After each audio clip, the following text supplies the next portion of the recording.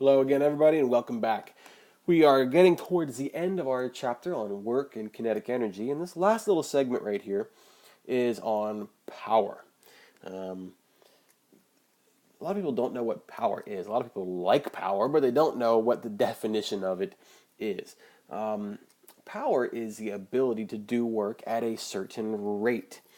If you were to lift a rock up off the ground, all right, or let's just say just a heavy box, all right? You've got a heavy box on the ground right here, and you lift it up. It's not a very good ground. Sorry, let's try my box again right here. There's the ground, and you lift it up to a certain height, okay? It requires a certain amount of work, right, to do that. But what if you were to do that, to lift that box up really rapidly, very, very quickly? All right, you do the same amount of work, but you do it in a much shorter amount of time. And what that means is you have exerted more power. It is the time rate at which work gets done. It's a scalar quantity. You can't have negative power, just like you also can't have negative energy. But it is it's the work that it's work done over a certain amount of time. So this right here, work over time. That's not a good highlighting color, is it? I'll do that in red. Work over time is our definition of power. And of course, you know, work is measured in joules and time is measured in seconds. So it could be joules per second. It's also known as force times velocity. You could think of power as force times velocity as well. Well, why on earth does that work? Well, remember that work is force times distance. And if you have work being force times distance, that per second, instead of saying joules per second, you could say that is newtons times meters per second. Does that make sense? This right here, distance per second, or displacement per second, is velocity right there. So power is force times velocity, or work divided by time. Both of those are the same thing. So in this case, the units would be Newton meters per second. And really, a Newton meter is what a joule is right there. But those are two ways of determining power. The unit for power is a watt. 1 watt is a joule per second, or a Newton meter per second right there. All right.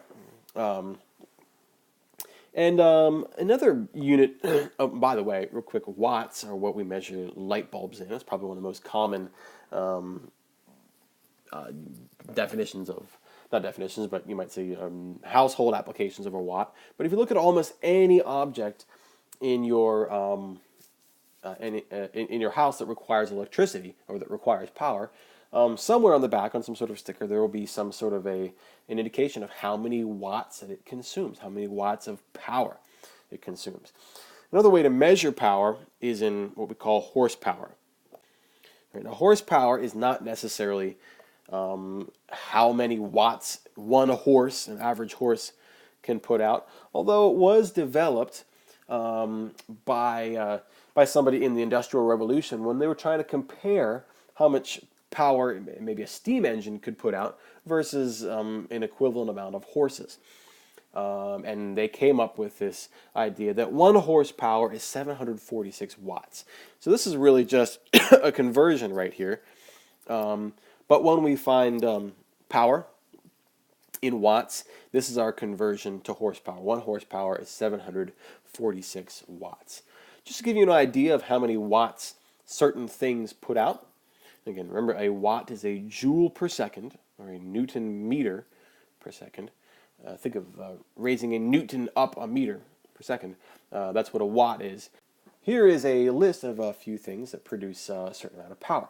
Hoover Dam is one of the more, you might say, productive hydroelectric dams in our country. It's just below, I think, the Grand Canyon. No, I'm sorry. It's just above the Grand Canyon. And so it holds back the whole Colorado River, and all that water pours down through the dam and turns generators that turn out electricity. This creates 1.34 times 10 to the ninth watts. That's 1.34 billion watts, or you could say gigawatts. Gigawatts. If you recall from Back to the Future, they called it gigawatts that the DeLorean required. 1.21 gigawatts. So the Hoover Dam produces just a little bit more than the whole Back to the Future time traveling DeLorean requires to run. All right, so that's a lot of power right there. All right, a car moving at 40 miles per hour. Now this is you might say an average car, somewhere in the realm of 7 times 10 to the fourth watts. So that's 70,000 watts. A home stove. All right, so that's it's 12,000 watts right there. Sunlight falling on 1 square meter. This is interesting. 1,380 watts. So if you think of what a 100 watt light bulb looks like, that's pretty bright. So that's like 13 of those, right? Sunlight falling on 1 square meter. That's a lot of power, a lot of energy that we can extract from sunlight. Sort of gives you an idea of what the potential is in photoelectric, like solar panels.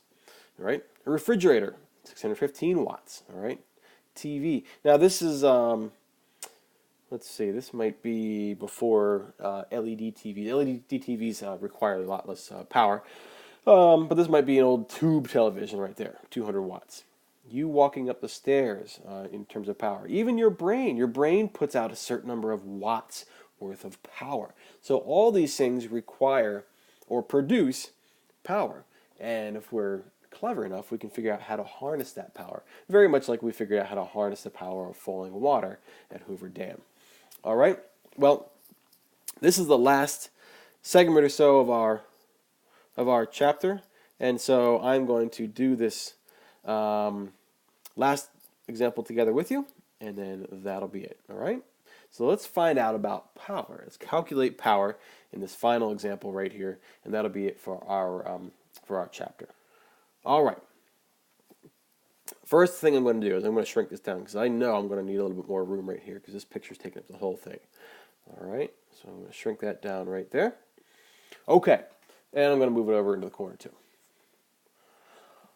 All righty, to pass a slow-moving truck, you, in your car, that is, you want your car that has a mass of 1.30 times 10 to the third kilograms. All right, so the mass of the car equals 1.30 times 10 to the 3 kilograms. So if you move that over 3 points, that's 1,300 kilograms, right? You want a 1,300 kilogram car to accelerate from 13.4 meters per second, all right? So that sounds like an initial velocity, right? 13.4 meters per second. Ignore the miles per hour because we don't care about that. That's English units. From 13.4 meters per second to 17.9 meters per second. So that is the final velocity, 17.9 meters per second. Okay, and to do it in 3 seconds. So time equals 3.00 seconds. Question is, what is the power required for this pass? Okay? Well, let's ask ourselves right here, what is the definition of power? You can think of it as 2 ways. It could be work, or power equals work over time, or you could say that power equals force times velocity. Well, we do have some velocities right here, but we don't really have a force. All right? So I'm thinking we're not going to be using this version, but we are going to be using this version right here because we do have time. Now the question is, what work was being done? Power equals work over time. Well, we do have some velocities, and we do have a mass of the car right there. What does that tell you? What kind of energy value does velocity and mass give you? Well, we know that kinetic energy, capital K, equals 1/2 mv squared, right? Okay. And we also know from our work kinetic energy theorem that the work that is done equals a change in kinetic energy, which is K final minus K initial. So why don't we take that, and now I'm kind of really sorry I drew that other equation in there that we didn't wind up using. Let me sort of try to erase this here. There we go.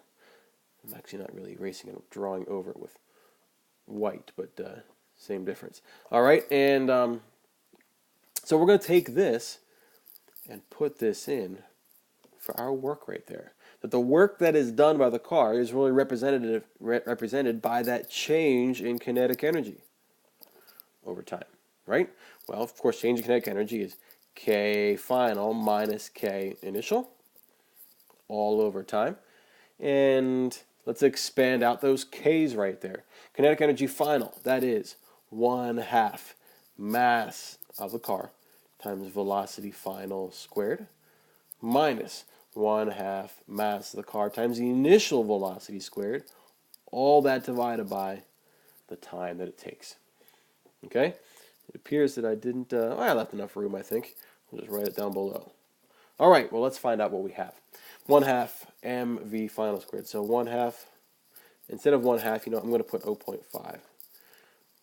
0.5 times the mass, so that's 1,300 kilograms, right?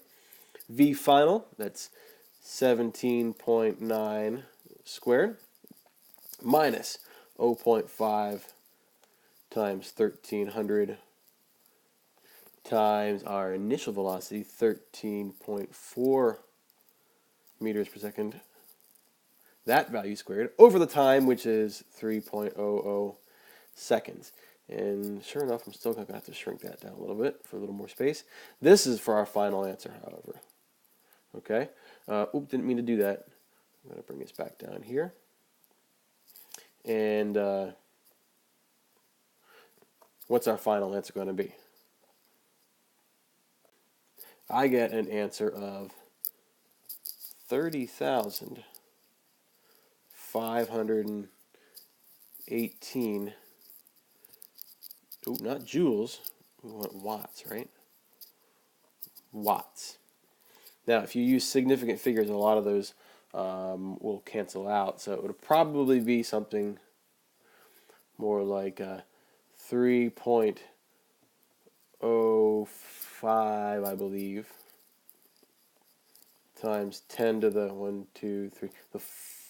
4th watts. That's probably more accurate, all right, because those other units will cancel out. But that's a lot of watts right there. That's a lot of power for your car to go from this velocity to that velocity and drag the whole mass of the car, and probably its occupants too, with it. So that power is 30,000 watts right there.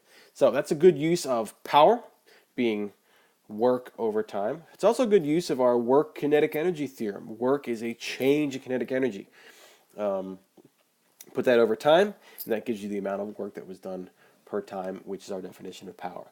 So that's going to be it for example 8.8, and it's going to be it for our chapter, because that's the last segment right there. So if you have any questions, please make sure you see me. But in the meantime, thanks for following along once again, and I'll see you on the next one.